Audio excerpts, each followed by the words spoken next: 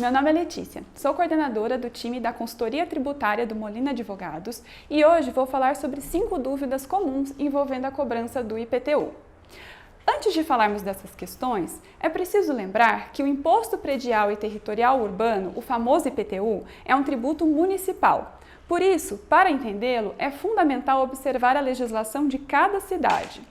Hoje vamos falar especificamente do IPTU de São Paulo, ok? Certamente você já deve ter ouvido falar que a base de cálculo do IPTU é o valor venal do imóvel. Mas o que muitos contribuintes não sabem é que a apuração desse valor é realizada a partir de dados constantes no cadastro do imóvel perante o município e incluem aspectos tanto do terreno quanto da construção.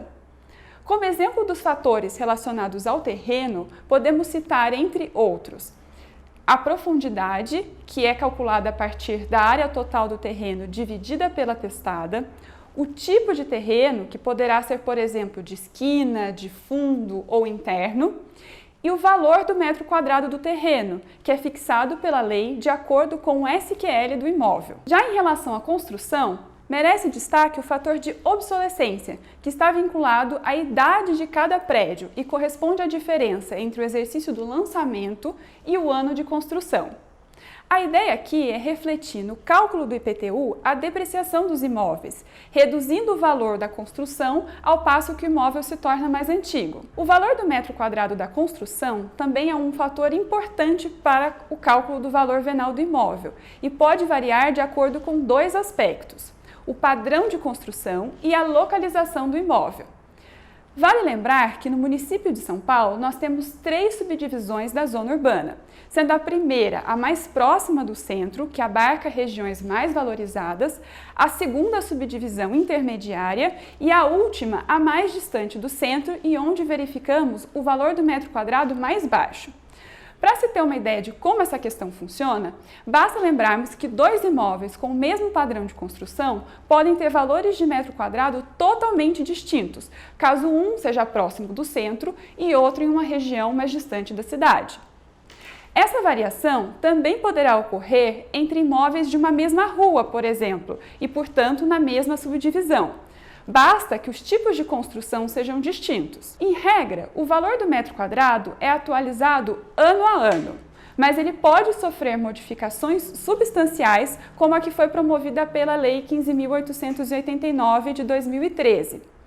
Essa norma não só promoveu a atualização dos valores do metro quadrado da construção e do terreno, como também redefiniu os perímetros da primeira e da segunda subdivisão da zona urbana que acabamos de falar. Com isso, vários imóveis foram reenquadrados e inseridos na área considerada mais nobre da cidade, ou seja, passando da segunda para a primeira subdivisão do município e, por consequência, se sujeitando aos valores de metro quadrado de construção e de terreno bem mais elevados. Vale lembrar que, apesar da lei ter sido editada em 2013, as alterações foram efetivamente aplicadas nos lançamentos de 2015. Isso porque a norma foi objeto de questionamentos por meio de 2 ações diretas de inconstitucionalidade e apenas em novembro de 2014, o Tribunal de Justiça de São Paulo, o TJ São Paulo, por maioria de votos, julgou improcedente as demandas e declarou a constitucionalidade da lei. Ainda falando sobre a norma, a fim de evitar uma alteração muito repentina do IPTU, ela estabeleceu um mecanismo de limitação dos aumentos do imposto de um exercício para o outro. Com isso, a partir de 2015, a lei fixou uma trava de 10% para os imóveis com utilização residencial e de 15% para os que não são residenciais. A ideia com isso era diluir o aumento do IPTU ao longo do exercício. Por esse motivo, inclusive, muitos contribuintes perceberam um aumento constante das cobranças de 2015 em diante. Outro ponto que costuma gerar dúvidas entre os contribuintes é a alíquota aplicada para o cálculo do IPTU. A legislação paulistana, ela estabelece uma diferenciação da alíquota de acordo com o uso do imóvel. Para aqueles residenciais, o imposto é calculado à razão de 1% do valor venal, enquanto para os demais imóveis considera-se a alíquota de 1,5%. Agora que entendemos um pouco mais sobre o cálculo, você deve estar se perguntando: E se eu verificar algum equívoco no meu lançamento do IPTU? Nesse caso, a legislação municipal admite a impugnação do lançamento no prazo de 90 dias, contados da data do vencimento normal da primeira prestação ou da parcela única. Para realizar essa contagem, basta verificar as datas mencionadas no seu carnê de IPTU. Vale lembrar que a impugnação do lançamento suspende temporariamente a cobrança do imposto. Contudo, caso o pedido seja indeferido, ou seja, negado, o contribuinte será obrigado a recolher o valor original mais os encargos previstos pela lei municipal. Por fim, o quinto e último ponto da nossa lista refere-se à necessidade de manutenção do cadastro imobiliário sempre atualizado. Segundo a legislação municipal, cabe ao contribuinte informar qualquer alteração dos dados cadastrais do imóvel no prazo de 60 dias da sua ocorrência. Nesse sentido, a mudança do proprietário em função da venda ou recebimento de um imóvel por herança, ou a necessidade de uma alteração do endereço de entrega da notificação, por exemplo, precisam ser comunicados. Mas não apenas isso.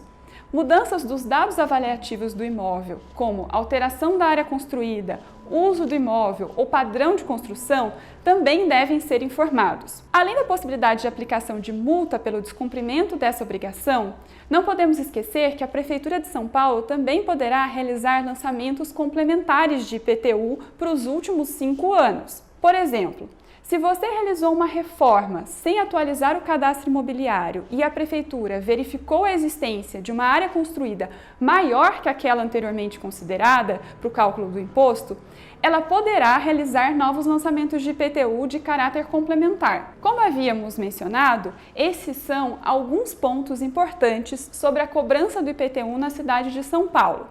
Mas não devemos esquecer que o cálculo do IPTU envolve muitos outros aspectos e deve ser analisado caso a caso. Por isso, se tiver interesse em saber mais sobre a legislação paulistana ou sobre a cobrança de IPTU de qualquer outro município, eu e toda a equipe do Molina Advogados estamos à disposição para auxiliá-los. Um abraço e até mais!